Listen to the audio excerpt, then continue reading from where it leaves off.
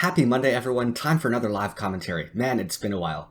So for today's bout, Tokyo has happened, so I think it's pretty appropriate that we take a look at the two Borodachev twins. These two really came to prominence at Tokyo, and in this bout, this is from the Junior European Championships in Croatia from 2020, and here they are fencing each other in the finals. So let's do this. 3, 2, 1, play.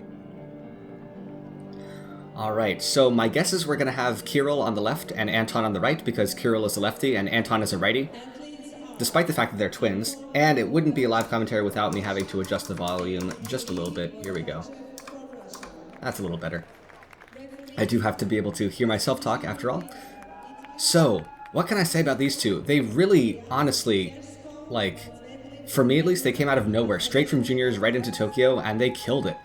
They did very well against not only the US fencers, which I'm a little bit mad about, just a little, but they're really showing that this new generation of Russians is really stepping up. I was actually a little bit surprised that they formed the backbone of the squad that competed at Tokyo, but I'm very happy to see them. And given that this is the finals of the European Junior Championships, it's pretty clear that they're definitely at the very top tier of juniors moving out and now being seniors. I believe they're both 21 years old. It's been a while since I looked at their FIE pages. I believe they were born in 2000. Which actually, to put things into perspective, at the Tokyo Olympics, Peter Yopik, who was also fencing there, I believe his first international result of note was in 2000. So it just shows you how young these guys are compared to some of the field. Let's see. Also, just to be warned, these guys fence dirty. They may not against each other, but they were, pulling out all the stops, going for some crazy actions in close. Very aggressive. Good to see. Right off the bat, Kirill on the left, good lefty. Stealing a touch with a little attack and prep there. Anton marches. Kirill trying to be disruptive. Anton is not having it, though. This constant blade taking on the march is something that both of these guys do. However, Kirill with a counterattack this time.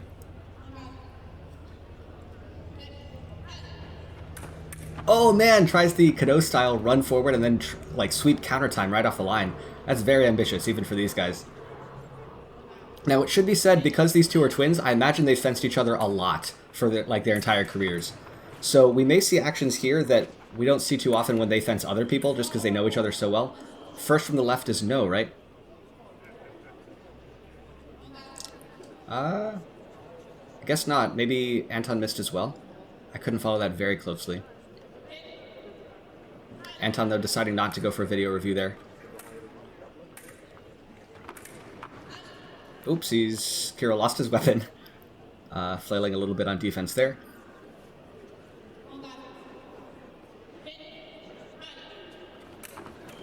Oh, Anton tries a remise right off the line. I don't know about that. If Kirill was willing to go for the sweeping counter time off the line, I imagine he's going to be fine against just a simple remise like that. Alright, Kirill's attack falls short. Kirill tries to remise this time. And maybe a riposte, maybe remise from Anton arrives. It's interesting that both these guys are going for the very sudden remise, right after the parry. That was more of a compound attack, but you could kind of parse that action the same way. It's like the lunge starts, and then it just extends a little bit. Okay, attack from the left off target. Again, tries that sweeping counter time stepping in. And this is what I said about these guys being really scrappy. They do not shy away from actions like that. Though this time Anton comes out on top. Again, lots of blade taking from Anton, especially as he starts this attack. Now Kirill marches. Oh man, that was very nice, but he went off target at the end. He did hit the arm, I'm pretty sure.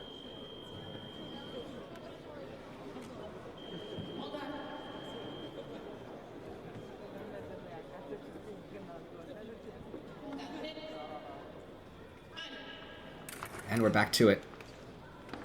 Again, Kirill pushes, and Anton steals a counterattack. I gotta say, it's really hard not to just call them by their last name. Although that's pretty much useless if they're fencing each other. So now Kirill's having some trouble converting his attack.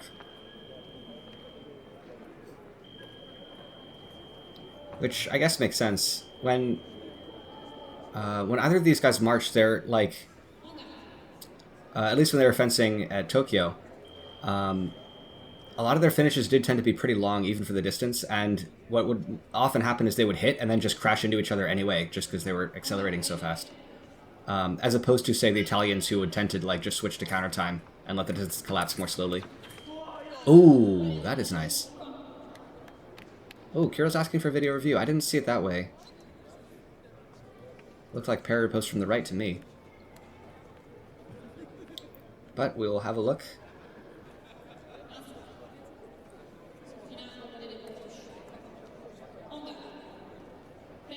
And we're tied up at 4. Kiro continues to push. Anton... Oh, that counterattack didn't work this time. Kiro was coming so fast that it's really hard to set that up, honestly. Alright. Anton on defense. He's done fine here before. Yeah, finds a nice parry post off target, though. That quick parry post was also working wonders at Tokyo.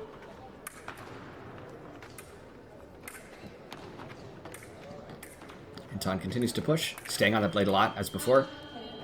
Finds an off-target on the way in. Kiro's being very opportunistic with that counterattack, honestly. If Anton's searching so much, counterattack would be pretty tough. But again, Anton can't quite find the blade this time. Oh, tries another attack off the line. Now Anton pushes. Oh, this time he can't find it. And Kiro's little twisty action there is enough to make Anton miss. Oh, wow. Kiro missed that. So, I think Kiro was looking for the blade one too many times there, honestly. He could have, I think, just gone for the flick over the back as Anton starts to step in, but instead he waited a little too long. But now Kiro marches again. Anton with the pretty ambitious point and line setup, and now starts. Can't find a way through. Again, there's that kind of remise tempo looking thing at the end of his lunge. And Kiro goes off target.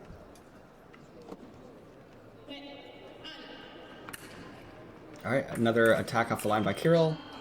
And this time it's Anton. This kind of back and forth blade situation.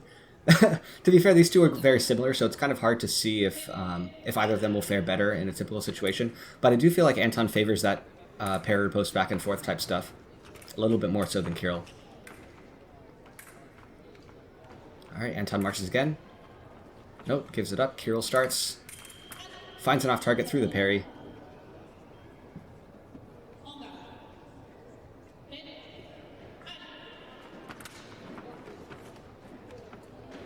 Alright, Kirill starts. Anton searching. Again, Kirill goes off target through the parry. Now you might think, why not slow down that? But I feel like that would just open him up more to Anton's counterattack. Oh, man! Although Anton one step ahead tactically. Kirill's like, okay, I'll be open eyes this time, and Anton just hits him.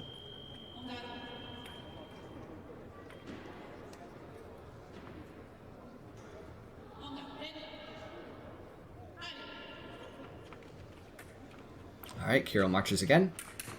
Anton, same search setup into find the blade early and try and step in. But Kirill just hits straight through that. That's attack left. So yeah, both these guys are doing a great job of like varying up their actions in like logical ways. Alright, Anton marches again on the blade all the time. Misses though, and Kirill gets another counterattack. That's happened like 3 times this bout so far. So Anton, the point control there might just be enough to swing this bout all the way. Although it is nice and close. I mean, being twins, you'd expect these two, if they've been training relatively the same schedule, then they should be around the same skill level. Anton marches.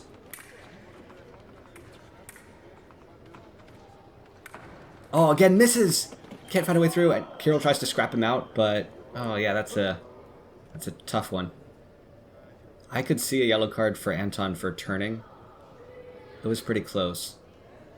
Although Kirill was kind of already, from the point of view of the camera, behind Anton at that point, so... Perhaps not. Either way, these two do like to scrap like that, so... Not terribly surprised that actions like that are happening. Okay, still touch right. I guess their post was delivered as he passed, so it's fine. Kirill marches. Oh, first no from the left, definitely. I don't know if Anton missed the first one.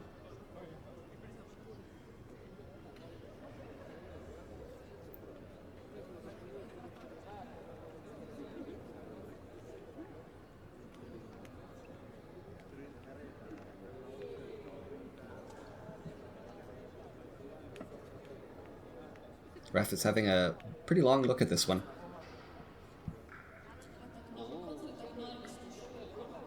Okay. So yeah, Anton did miss his first one, so it was Kirill's remise. Or perhaps riposte if he found the blade, but I don't think he did. Anton marches. Again, on the blade a lot. And finishes. There we go. That's the point control we're looking for before. So now Kirill probably will adjust away from that just simple counterattack. Oh, and into another counter time off the line attempted, but Anton just stopped.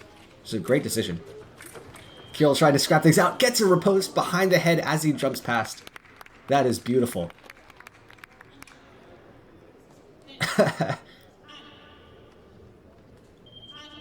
Man. I'll tell you, these Russians. Alright, so again, there's, like, any difference I bring up here is a relatively minor one, given how similar these two fends. But it does look like Anton's point control is, at least on his attacks, has been mostly bleeding him touches. His parry post, his defense game has been pretty good. Kirill, I think this, like, more outright aggression is going to be better for him. It did seem like the faster he went, the tougher Anton had, the tougher job Anton had dealing with it. On the other hand, given the last few exchanges that happened when Anton was actually able to find the target, Kirill might have to adjust things on defense himself. Having seen the Tokyo bouts, Kirill tends to favor parry post a little bit less. So I'd imagine with this counterattack not really being an option just straight up into Anton's march, then he might have some trouble. On the other hand, if he's just attacking a lot, Anton's not going to have many chances to make that attack work. So perhaps that's his adjustment. His defensive adjustment is simply to attack more, which is certainly valid.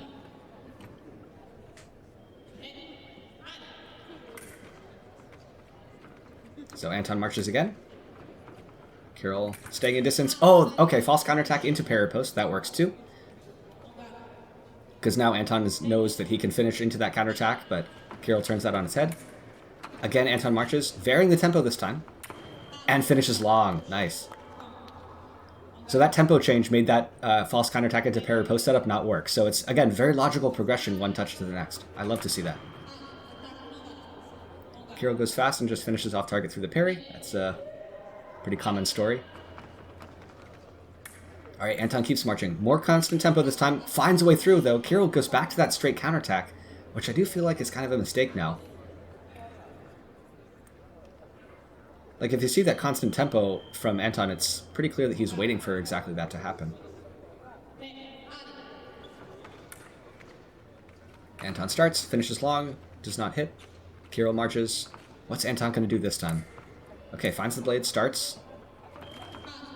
Has his blade kind of on the outside, like, I don't know if anyone remembers Sam Molis, but he used to do the same prep with his blade low and down like that, kind of in 8, but like wider.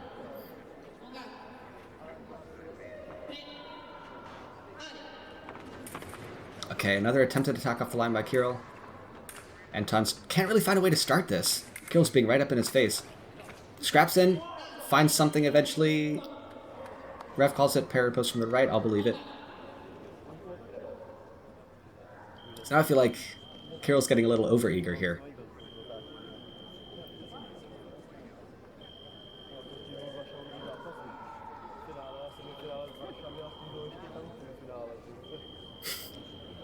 I mean, it's interesting. Like, if you're fencing someone who's literally a mirror image of you, would you go for that type of touch? Where you just blast in and go for infighting? I don't know.